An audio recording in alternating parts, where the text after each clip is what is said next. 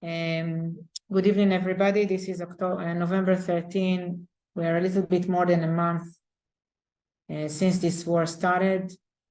And I thought like every 2 weeks, we can have some kind of an update about, what's happening, what's the numbers look like until now, to talk about the various fronts that we are facing, not only the North, not only Gaza. So I will make kind of a 20, half an hour, a minute update, and then I will enable you to ask questions, and I'll encourage all of you to write your questions in the Q&A. I'll do my best to answer your questions, and if I don't answer your questions, it's because I don't know the answers, not because I ignore anybody. So I don't know everything. In times of war, there is a lot of misinformation. Let me just share with you the challenges we are facing here. A lot of challenge with regard to judging the information and evaluating it, and there are a lot of cases that we are careful from publishing information which we don't know how to evaluate. Yet there is a lot of place for evaluation. Of course, this is how research works, especially in our field. So, okay, so I thought maybe to start with the swords of iron with numbers, just to put everybody at the same page, how the numbers look like. Until now, since the war started, we have a little bit more than 360 IDF soldiers that were killed. Out of this number, a little bit more than 300 were killed on October 7th, either in their bases or in the fightings in the communities, defending the communities and the party. 1185 Israeli civilians were murdered on October 7th, but only 846 civilians were identified. We're still working on identifying the bodies, which can give you a small clue or indication to what does that mean on the situation of the bodies and how challenging it was to identify bodies that were mutilated or burned. We had more than 7,000 wounded, and 239 were kidnapped, Israelis and others, into Gaza. This number is also, I can tell you from my personal experience with one of my neighbors, this number is also changing here and there, because sometimes they found the body, even now, within a month. Yesterday we had a funeral of somebody I know, and she was found a month after the massacre. Rocket launching. About 9,500 rockets were launched from Gaza since the beginning of this war. I don't have the numbers about the North. We'll discuss the North in details later, but these numbers are mainly around the South. The numbers are much less when we speak about the North. These rockets got all the way up north as well, very few of them, but the ranges are including Tel Aviv.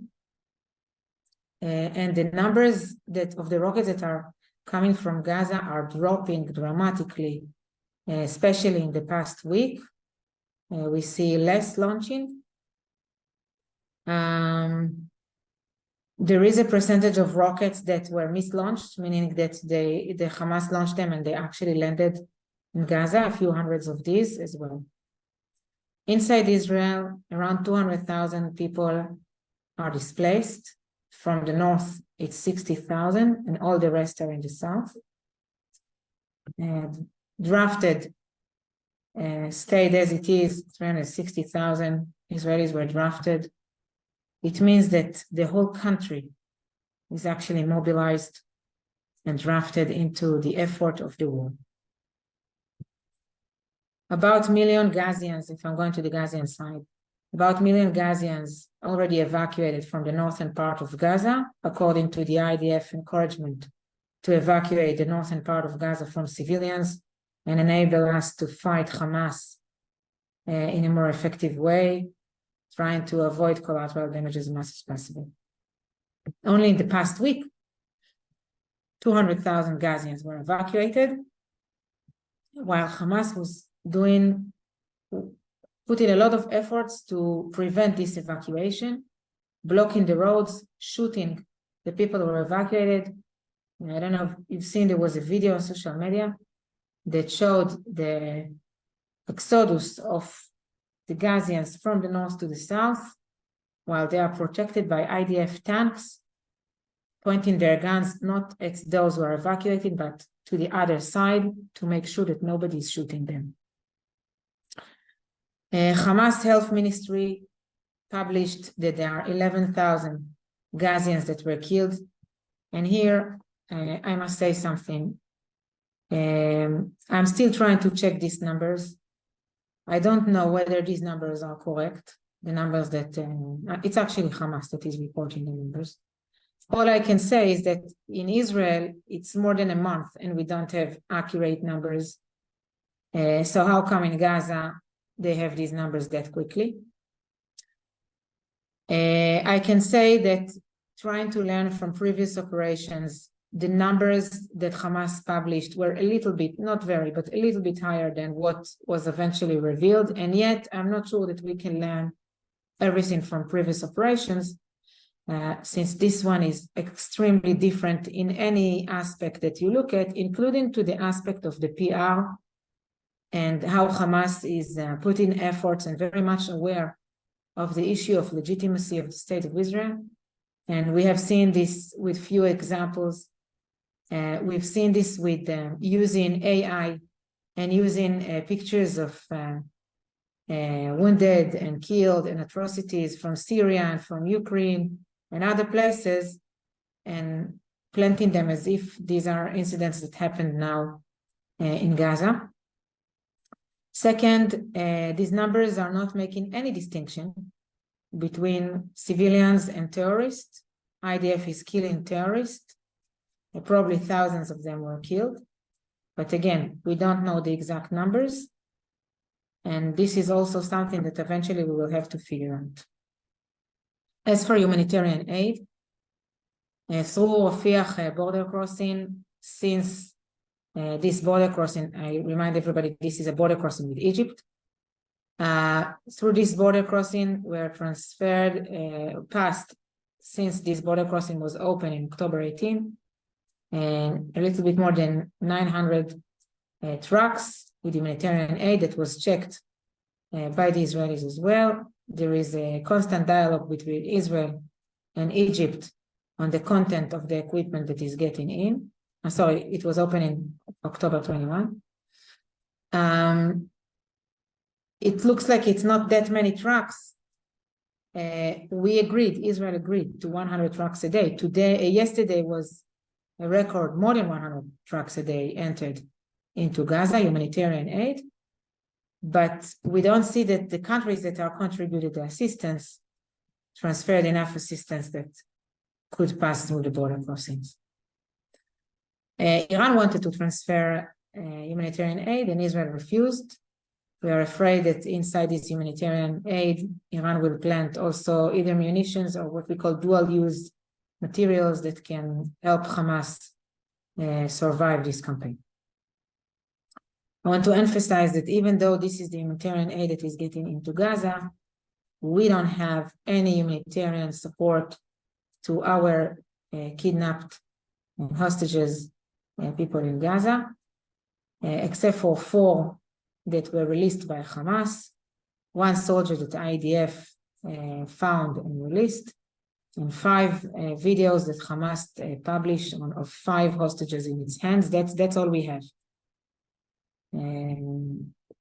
Red Cross didn't meet them until now, and we don't know what is their humanitarian situation, or where they are, or where are they.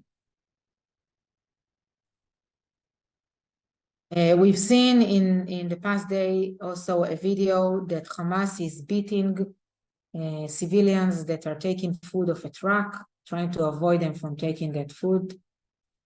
It was talked a lot, this issue of Hamas taking humanitarian aid.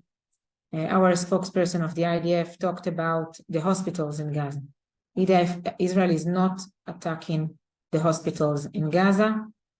Hamas is trying to prevent any dialogue and any assistance of Israel to these hospitals, while Israel opened safe corridors of humanitarian movements into these hospitals. Israel brought, while risking the lives of soldiers, 300 liters of fuel to Shifa Hospital, put it at one of these safe corridors a few tens of meters from the hospital. And as of yesterday, they failed to take it. We understand that Hamas is preventing the management of the hospital to dialogue with Israel around any humanitarian assistance to the hospital. Israel is enabling people to evacuate from these hospitals and enabling people to evacuate in general from northern Gaza to the south. As I've said, open corridors. Until now, these corridors were open 4 hours a day. Safe corridors. Yesterday, the corridor was open from 9 in the morning to 4 p.m. And even then, Hamas was trying to prevent the evacuation.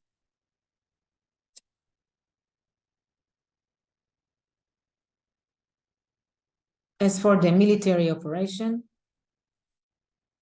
according to the IDF spokes office, Hamas does not longer control northern Gaza.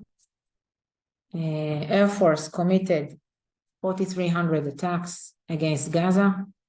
300 openings of tunnels were attacked and neutralized.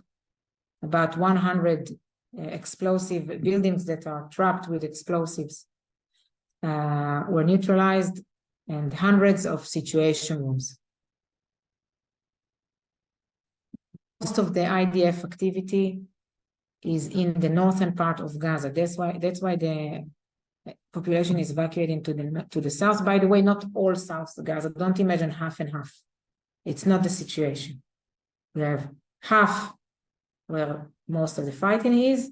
We have a small area in the south, which is defined as the humanitarian area, and this is where the civilians are going, those who evacuate.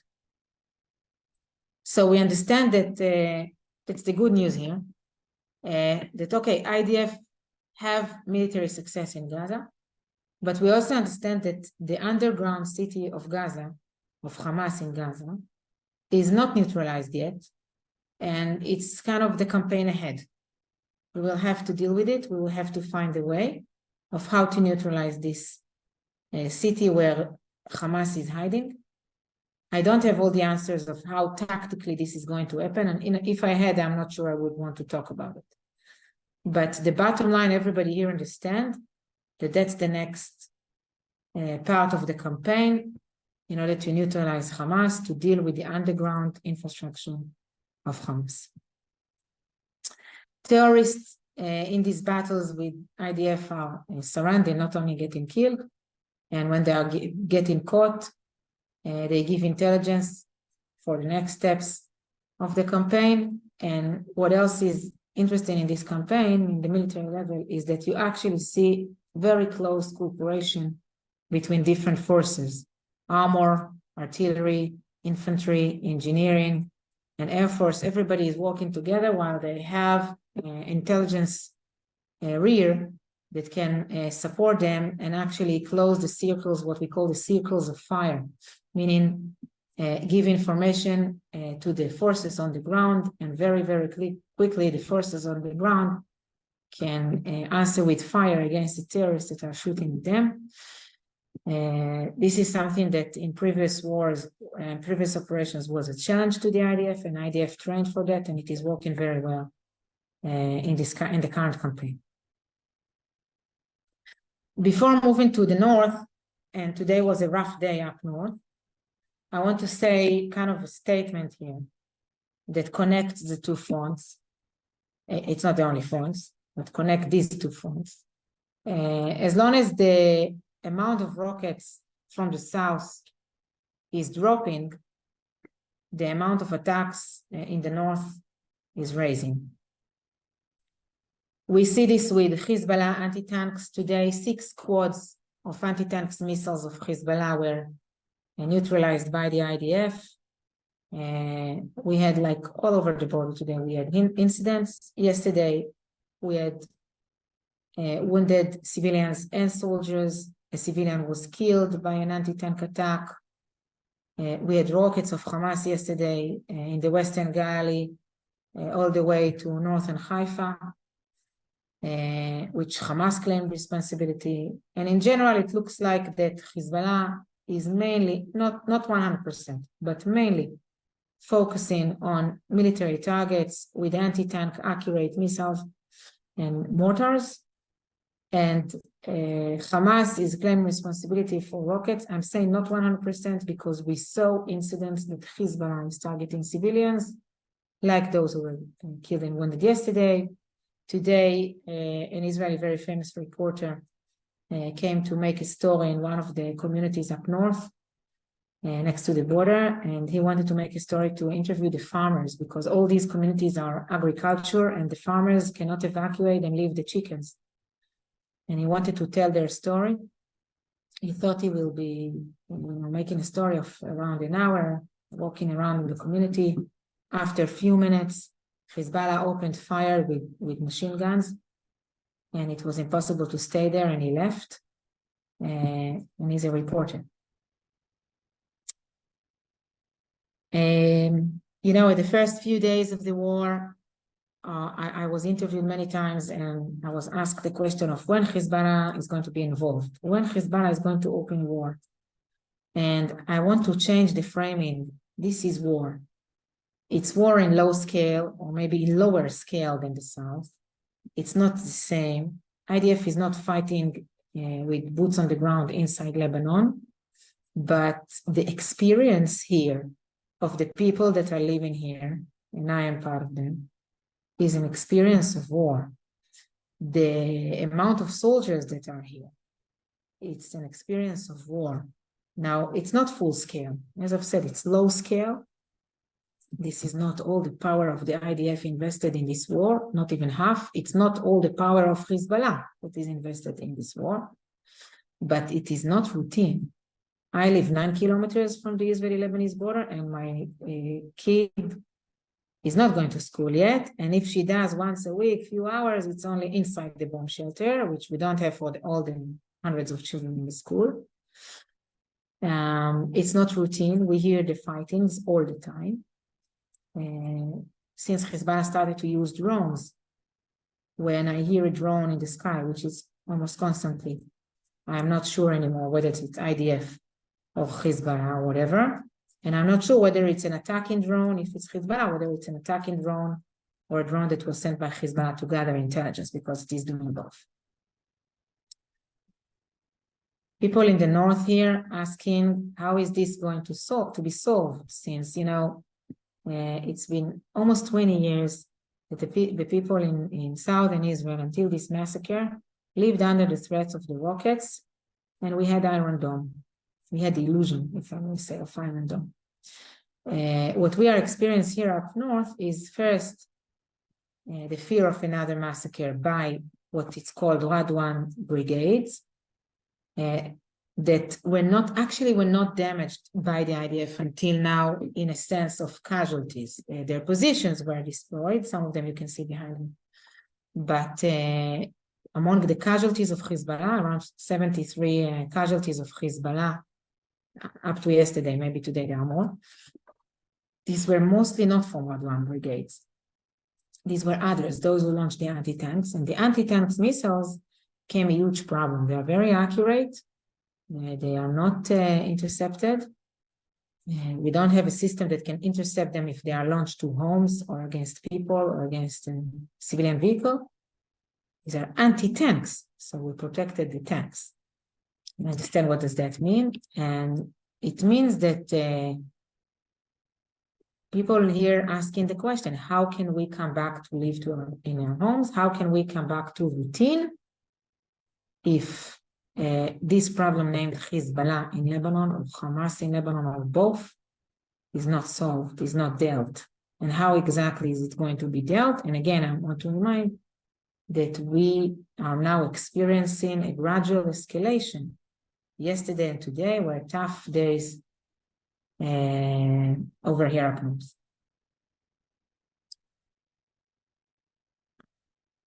aware of that across the ocean.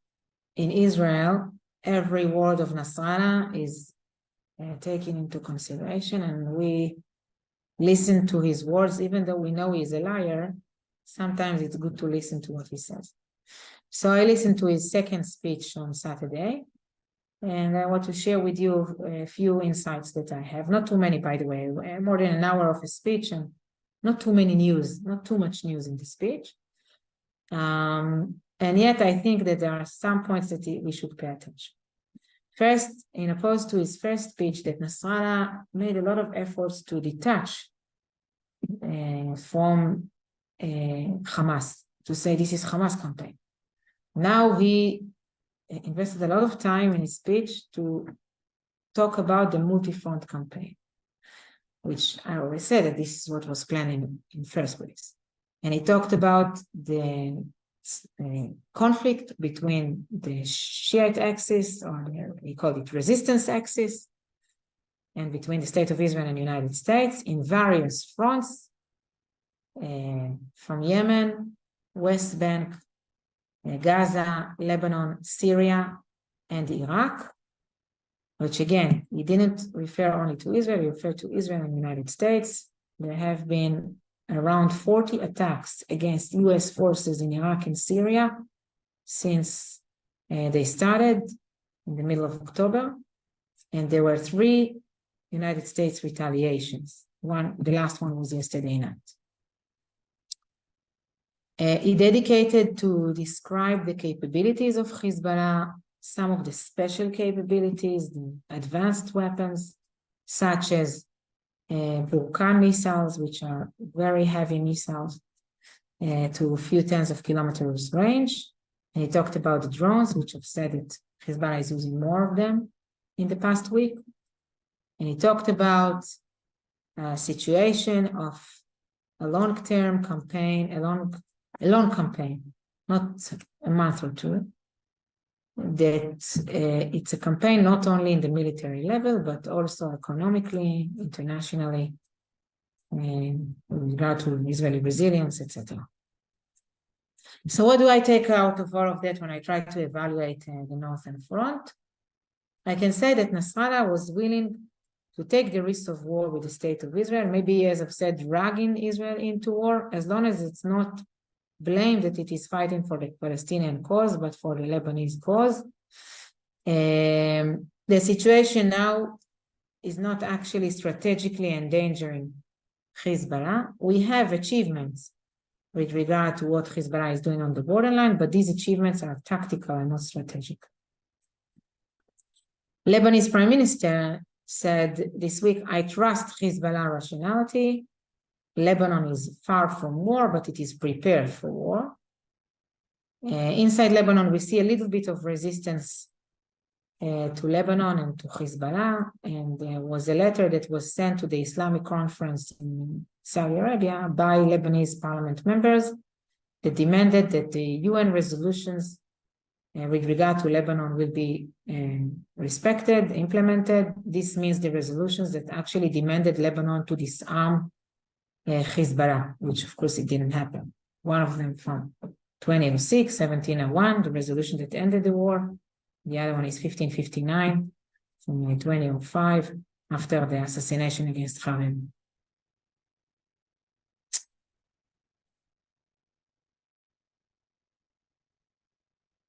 The American retaliations moving forward to the Syrian and Iraqi fronts here.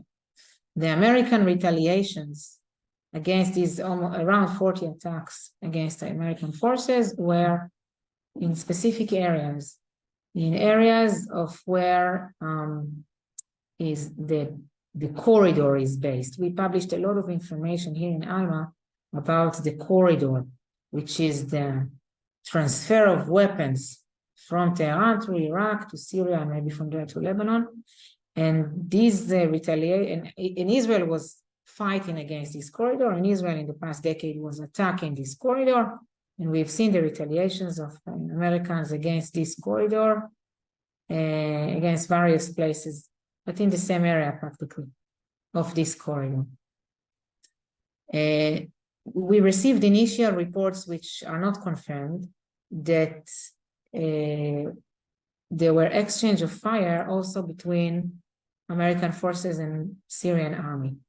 If this is true, this is very interesting, because until now, all these, back and forth and attacks against Americans were between Americans and proxy militias of Iran, which are based in these countries, in Syria. And if all of a sudden it's Syrian army, this is very interesting. New York Times reported that the Pentagon asked to intensify these retaliation attacks of United States against these proxy militias, and the American president didn't confirm. Next front, which is West Bank, there is actually, again, a low-scale war in West Bank, in the sense that it looks like there was a decision in the IDF to fight Hamas in West Bank as well. And I think this is highly important when we speak of what we call in Hebrew the day after the war. What kind of arrangement we're going to have the day after the war. And part of this arrangement cannot include Hamas, neither in Gaza nor in the West Bank. We all understand that in the West Bank, Hamas had support, even wide support. He was a true rival of the Palestinian Authority, undermine its very stability. And since this war started, we had almost 200 Palestinian terrorists that were killed in West Bank by the IDF. About 1,500 were arrested. Out of the 1,500 that were arrested, almost 1,000 are Hamas members. So you understand where this is going.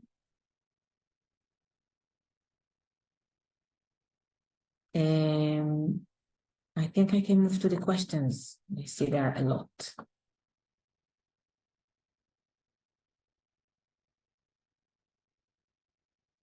I can just understand how to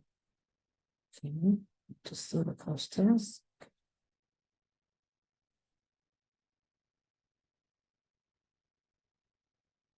Okay, first, I'm sorry, I cannot scan in English, and I don't have a moderator to moderate the questions. So if it takes me a few seconds to read the questions, please be patient with me.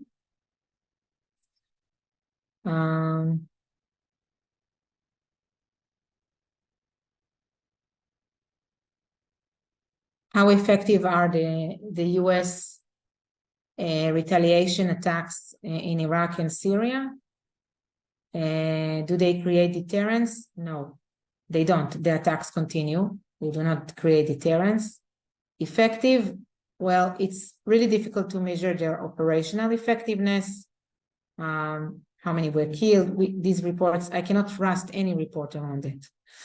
But when you look at the amount of these attacks with comparing to the amount of the attacks against American forces, I think this is not enough. The corridor continues to work. And in any case, I suggest to all of us to get rid of the war deterrence. After what happened in October 7, we understand that deterrence means something, one thing for us and another thing for the other side, because the other side is not deterred from the loss of life. It is only deterred for a threat to its existence, to its survivance. And I'm not sure that 3 attacks can actually change that. Okay, here is the $1 billion question. What factors are restricting Hezbollah from a full-on attack? And what factors are restraining Israel from a preemptive strike? Wow. Look, a full-on attack. As I've said before the war, we evaluated in Alma Center that Hezbollah is interested in war, but it is interested in dragging Israel into war. And we've seen these, I will put it, provocative attacks against Israel even before what Hamas had done in October 7. I think that the reason for that is that Hezbollah is interested in creating the impression that it is the defender of Lebanon, rather than creating the impression that he created war. And that's why it is much more comfortable for Hezbollah to create an unbearable situation on the Israeli-Lebanese border that eventually will take us to war that way or another. But he will be able to say, look, it's these crazy Israelis that are killing civilians, forgetting that these civilians are getting killed because Hezbollah is hiding in their homes. Civilians are already involved. We're already killed on both sides or wounded on both sides, and Hezbollah will put a lot of efforts that it will happen again and again. Why? Israel is not going for preemptive attack. Two reasons. First reason is that Israel had a strategic decision, and it was a decision, it was a choice to prioritize Gaza, to prioritize fighting Hamas and eliminating Hamas, a decision that I can totally understand. The second is that we need to find a way to build our legitimacy in Lebanon, because what is happening in Gaza will repeat itself in Lebanon, since, again, it's the same tactic of human shield and using the Lebanese as human shields, just like the Gazans are being used as human shield. All these blockings of evacuation of civilians, etc., we've seen this in previous wars against Hezbollah in 2006. We've seen this as well. So that's why Israel is trying to, I don't know if Israel will eventually decide to go to a preemptive attack, but it is at least trying to, for now, manage the northern front and then see what to do with it. I can say from our point of view here, it is clear that war will have a cost as well. It's not that war is a magic solution and everything will be fine. War will have a high cost as well on both sides because of the firepower of Hezbollah, because it's 10 times more than Hamas. It means that it can be much longer. Because of the terrain in Lebanon, which is much more complicated than the terrain in Gaza for the movements of tanks, because of the, as I've said, the Radwan brigades, even if they didn't catch us with surprise, if you come here, you will see very clearly, and you can see a little bit of the terrain in the pictures behind me. You cannot be in every meter. It's really complicated to stop an invasion of thousands, even if the IDF is here. And eventually it is clear to us that there will be fightings on the Israeli side of the border between soldiers and Hezbollah, and even with civilians if they succeed in crossing the 5 kilometers that were evacuated. It means the killing of soldiers, more soldiers. And you know that in each family, there is at least one soldier today, maybe even more, in each family in Israel. If Israel should enter Lebanon or Syria, why would Israel not secure and take in land near the present border with Israel? To act as a buffer zone. We had a buffer zone in the past. Buffer zone means civilians under the control of Israel or evacuating civilians under the control of Israel. So again, this is something that we would need the collaboration of the United States in this. I mean, remember, the United States is giving us munitions. The United States is supporting us militarily and strategically. And there is an importance to work with the United States around future campaigns here, not only Gaza.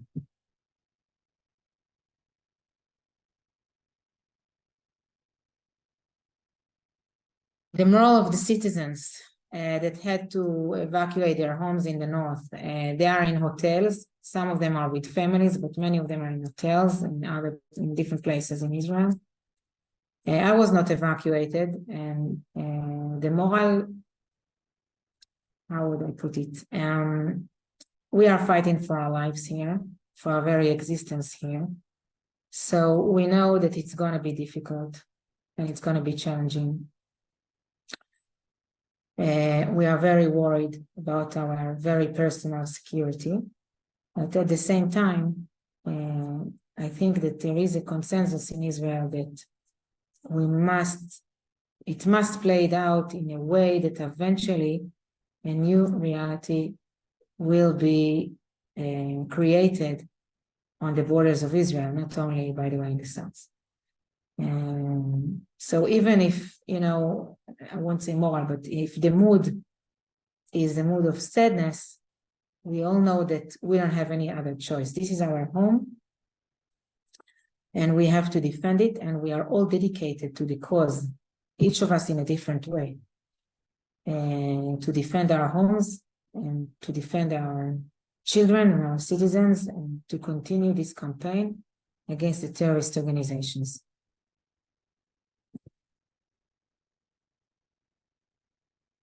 I will take over from Hamas with a large-scale attack.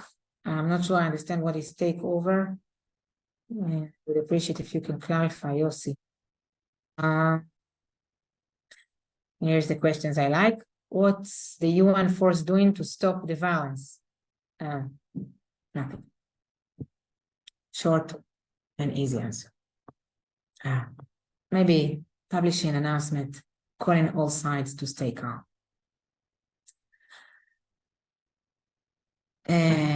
The question was about the UN in Lebanon, of course, UNIFIL.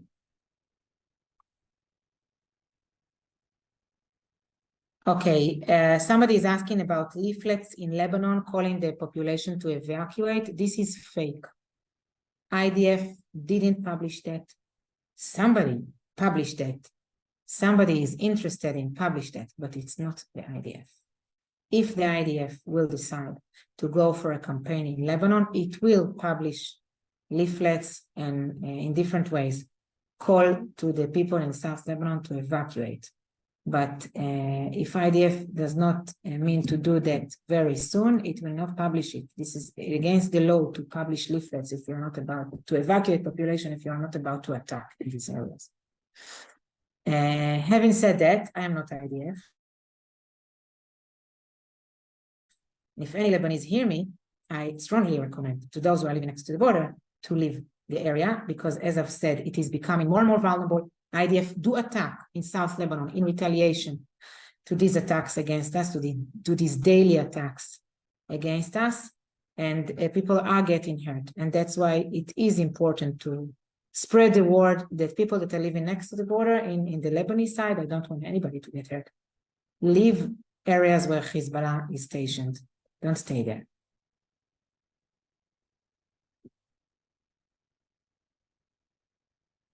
As far as I don't know about the gas platforms of Israel in the Mediterranean, whether they are affected. We haven't seen attacks against these gas platforms. Probably security arrangements were made, which I cannot elaborate on.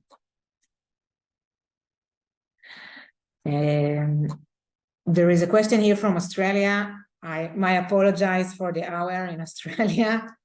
I promise to arrange something for Australians as well in the future. What about the Shiite-Sunni split, a factor in the apparent reluctance of Hezbollah to become too aggressive? Aren't both Hamas and Hezbollah funded, supported by Iran? Look, when the civil war started in Syria, I used to say that this is a Shiite-Sunni conflict. That's the big war that was going on in the Middle East.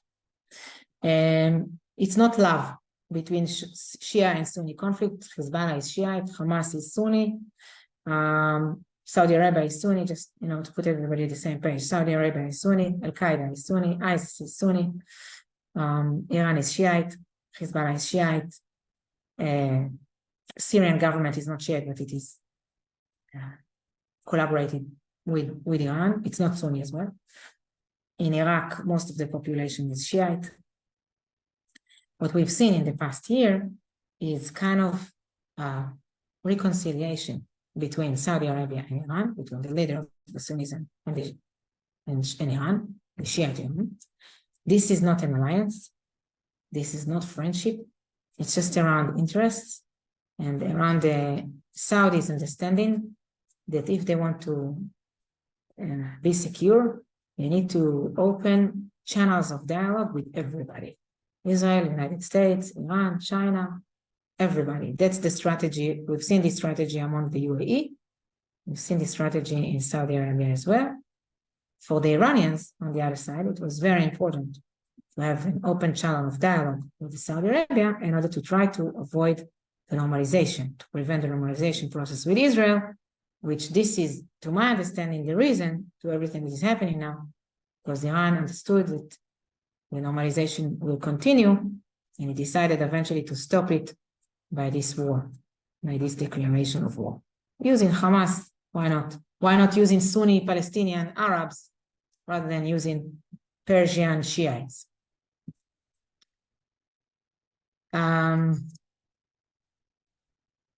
Could this war be the price of peace with Saudi Arabia? I hope it will be the price of peace with everybody else as well.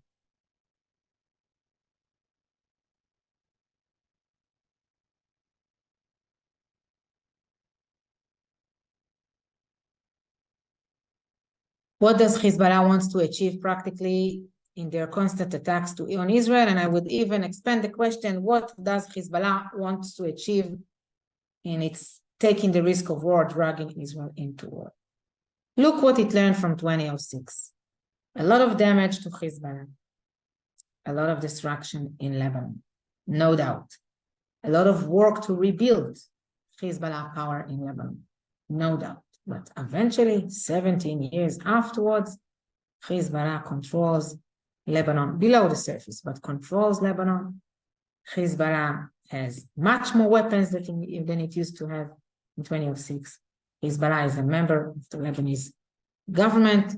There is no president in Lebanon because Hezbollah is not enabling to nominate anybody who is not a Hezbollah supporter. And actually, Lebanon is in a very chaotic situation. Hezbollah is blocking its way from recovering from its economic and political crisis. So what Hezbollah wants to achieve, to gain the control completely over Lebanon as much as possible, even with paying price. It's okay to pay the price in the eyes of Hezbollah. They cherish death, not life.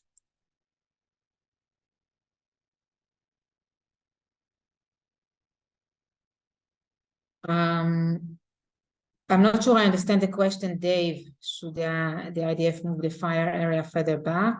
Please clarify. Syrian border. Sunnis in Syria would support Israel if needed against the Shiite in Lebanon? Hardly. What power do they have, the Sunnis of Syria, after they lost in the civil war? Deep in their heart, they may support us, but it doesn't matter. What we have seen, the process that we have seen since 2018, is that on the other side of the border, in the Syrian Golan, is that either the Sunnis were expelled in some of the towns and Shiites came to live instead. Either there is a kind of what we call Shiitization process, meaning that we see mosques that are becoming from Sunnis to Shiites, even with education and celebration of Shiite holidays, or with regard to military capabilities, you see militias that were fighting against the government, against the Shiite axis, Sunni militias, that after they lost in the civil war, Iran bought them, paid them and bought them, gave them the basic needs of bread, money, weapons, the capability to stay, the possibility to stay in their hometowns after they were defeated, keep the structure of the militia under a local commander. And that way you end up in a situation that you have 36, this is what we found, maybe it's more today, it was 2 years ago, the report that we wrote, 36 militias that were loyal to, that were against the Syrian government, that were rebels against the Syrian government and became subordinate to the Iranians in Syria. So I don't see how the Sunnis in Syria have enough power. Could Hamas have moved hostages out of Gaza? I don't think so, since I don't think it is within the interest of Hamas to move them out of Gaza. These hostages are the insurance of the leaders of Hamas in Gaza. I believe they are spread. And I don't see any interest to Hamas to either release them or transfer them elsewhere.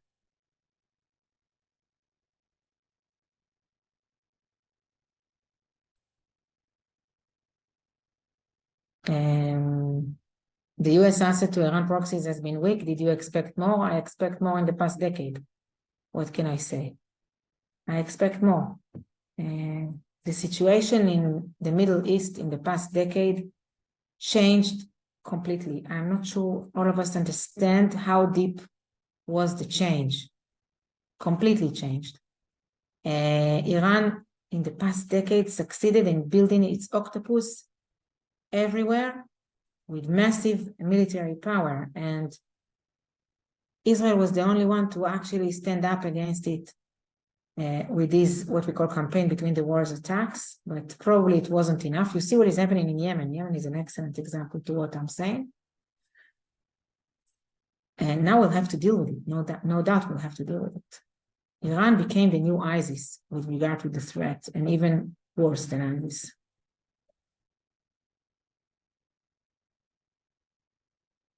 Cost of war and the economic cost is too soon to talk about. Say, in the personal level, I am lucky to be the head of Alma Center, and we get support of many good people like you guys. You donate and support our activity. But many people in Israel that have small businesses don't have providers today. And the Treasury Office just started to talk about that and to find ways to support them. But it is a true problem. And the Israeli government just started to work on that.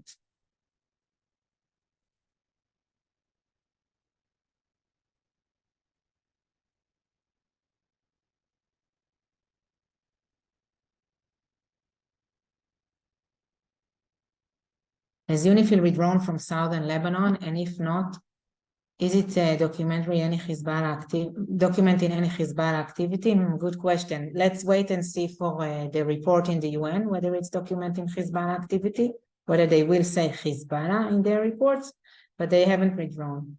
As far as we know, they are still there, and sometimes they're even getting hurt from this exchange of fire on the border. Would you consider leaving the area if Hezbollah isn't removed from the border? No. I will consider to buy a rifle, a gun, whatever I can get. I will consider to build another fence. I will consider to, fortify, I don't know how to say it in English, consolidate and create more defense systems on my home. I don't see myself leaving this neighborhood. This area. It's not an obvious decision, but it is an obvious decision. I don't see any other place in Israel, which is my home, other than the Gallery.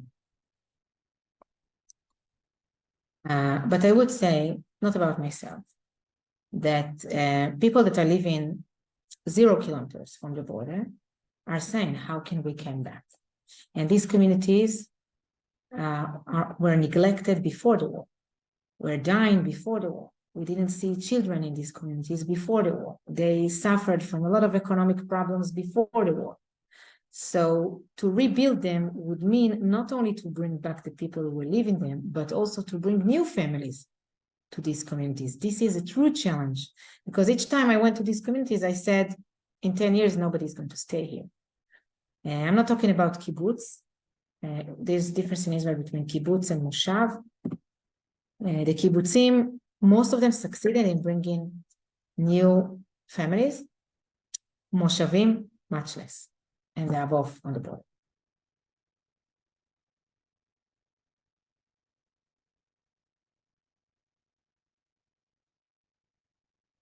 Any cooperation between Israel and Lebanon with a view to end Hezbollah's continuous aggression, which is not beneficial to both nations. Of course, it's not beneficial, I agree. Unfortunately, no, not even with Lebanese. I wouldn't even say Lebanon. I would love to hear Lebanese standing up to collaborate with Israelis. But the problem is that what we hear out of Lebanon is either those who are saying or are mocking Hezbollah for not joining in to help the Palestinians, or who are against war in Lebanon and yet criticizing Israel for what is happening in Gaza. I didn't see voices that actually said in Lebanon, we understand what Israel is doing in Gaza. Of course, this is what Israel is doing in Gaza against Hamas, and Hamas should be held accountable to what is happening in Gaza. I didn't hear these kind of voices from Lebanon. Would love to hear them.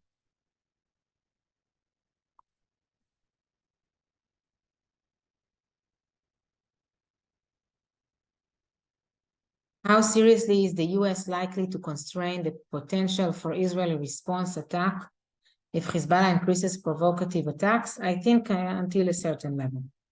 As I've said, for us, it is highly important to preserve the collaboration, the support, the assistance of the United States. This is strategic goal of everything Israel do in its policy.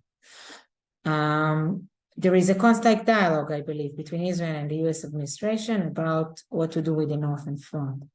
And eventually it will be clear to everybody that as I've said, the reality we will not be able to leave it as it is. It will be clear to the US as well, because how do you bring people back to their homes? This is an open question, and we'll have to figure it out together, not separately.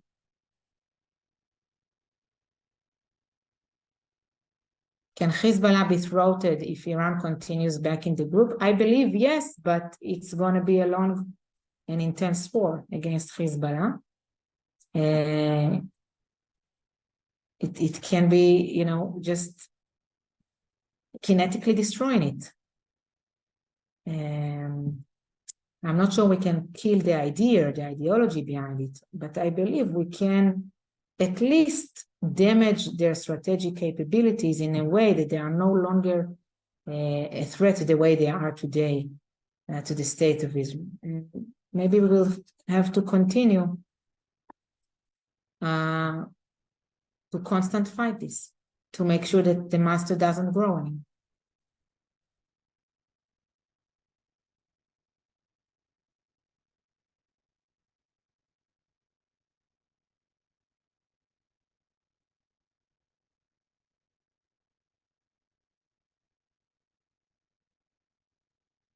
What targets actually can threaten Iranian control within the region?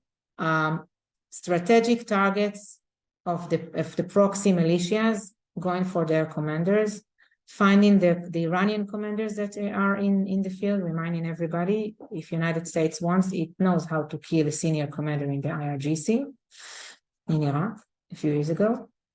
And also putting a gun to Tehran, saying this must stop, otherwise Tehran will be at risk.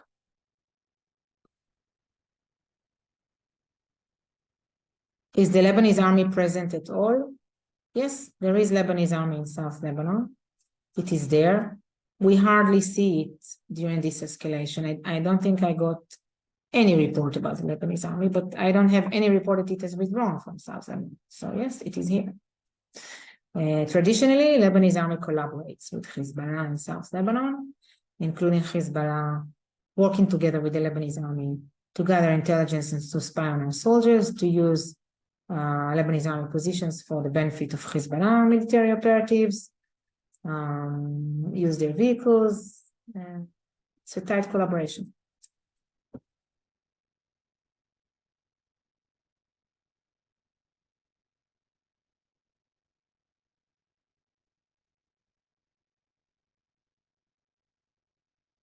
Could you explain why the farmers in the center of the country and other areas not affected by the war need additional help picking crops? Of course, they are affected. All the workers are gone. Many of them are drafted with reserves.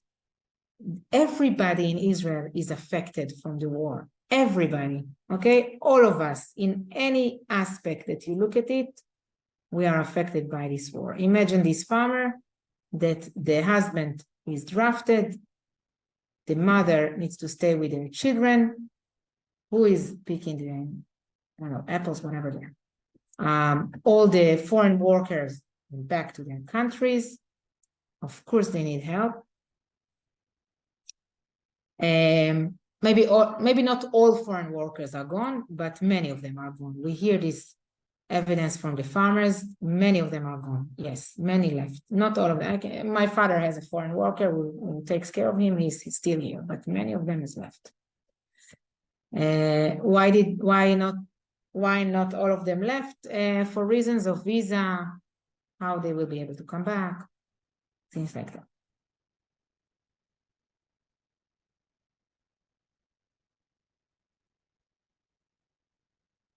Tons of questions. Let's make a closure with like one of two.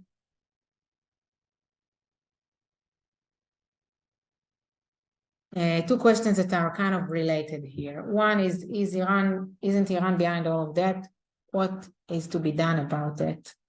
Can you talk about the Shiite militias separate from Hezbollah who are ready to join? Fine. In Syria, there are Shiite militias like that. There was one report by the IDF that one of these militias is already stationed in Lebanon. Maybe it is participating in the attacks that we see. This is an evaluation that we made here in Alma, that maybe some of the casualties that are not reported by Hezbollah are actually casualties that are not part of Hezbollah, and nobody knows about them. I believe, and maybe I am alone in this, but I'm not alone, but I know that not everybody thinks like that. I believe that Iran is behind all of it. Yes, I said that from day one. I repeat it, and I am positive that this is the situation. I know that Iran planned a campaign of multi-front war against the state of Israel. I know that Iran trained and armed and financed the terrorists that we are now fighting against. I know that the Hezbollah operational plan that was made a decade ago, the offensive plan to occupy the Galilee, is actually the same plan that was executed by Hamas in the south. We published a video of Hezbollah around that, and you see it's the same tactic. And that's why I see a connection between all fronts. Yet, I am not sure that the timeline of Iran is the same as the timeline of the West. Meaning, what do the Iranians care to have a campaign that will last years, for example, not only months? And that's why you don't see all the power used at the same time. Why not exhausting the Israelis? Damaging our resilience. We talked about the moral. Creating frictions in the alliance between Israel and the United States. All of these are possibilities or tactics that the Iranians may use. The Shiite militias in Syria, in Iraq, are prepared. The Iranians said that they are prepared. They had enough time to arm them and prepare them to attack not only US forces, but also Israel. Are they doing that already? Probably not, as I've said, except for one report of one militia by the IDF. We've seen tons of reports that were duplicate, that all of them came from the same source of movements of these kind of militias from Iraq and from eastern Syria towards Israel, but we couldn't confirm all these reports, and that's why I didn't publish it until. I don't overrule them completely, but I don't know, I couldn't confirm them. I will stop here. I know there are more questions, but I want to, to respect everybody here and the times.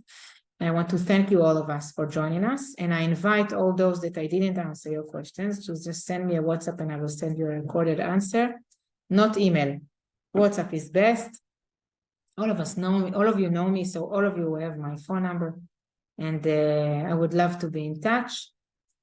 My ask, help us, support us, pray for us, and mainly spread the word about what is truly happening here, about the fact that we have no interest, not even more, no interest in killing civilians, neither in Lebanon nor in Gaza. The interest is to kill terrorists, and the terrorists are interested in killing civilians from all sides.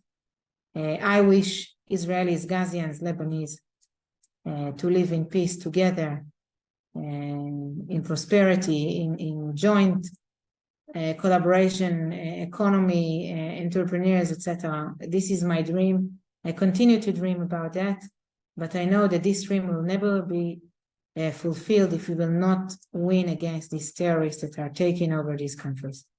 So thank you for joining us, and I'll see you again within 2 weeks. Stay safe, everybody.